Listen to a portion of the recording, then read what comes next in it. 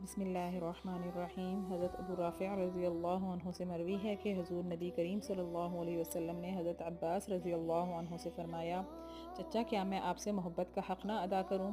क्या मैं आपको फ़ायदा ना पहुँचाऊँ? क्या मैं आपसे सिला रहमी ना कहूँ?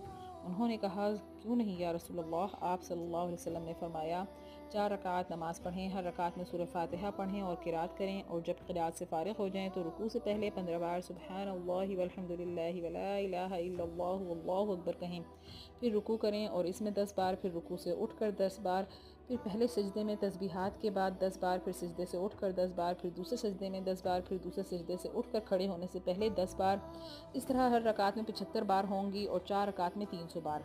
अगर आपके गुनाह रेत के बराबर भी होंगे तो इस नमाज की फजीलत से अल्लाह ताला उसको माफ़ फरमा देगा। उन्होंने अर्ज़ किया, या रसूलल्लाह इसे रोज़ पढ़ने की ताकत कौन रखता है? आपने फरमाया, महीने में 1 बार वरना साल में 1 बार पढ़ सकते।